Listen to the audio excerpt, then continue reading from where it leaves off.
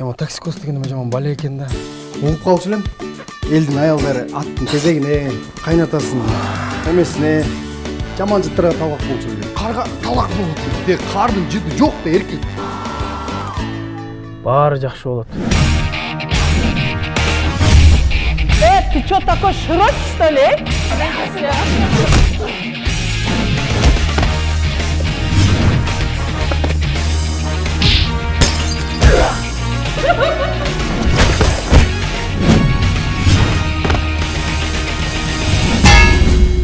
Эми сатсана болбогула. Моореки неберем төрөлгүчүчү.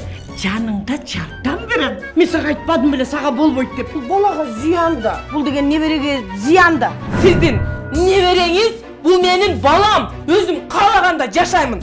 Түшүндүңүзбү? Айтчы, эмне жасап берейин? Жарган аттын көз жашынан бир сок, анан кийин жөргөмүштүн кабыргасынан шорпо жасап берчи.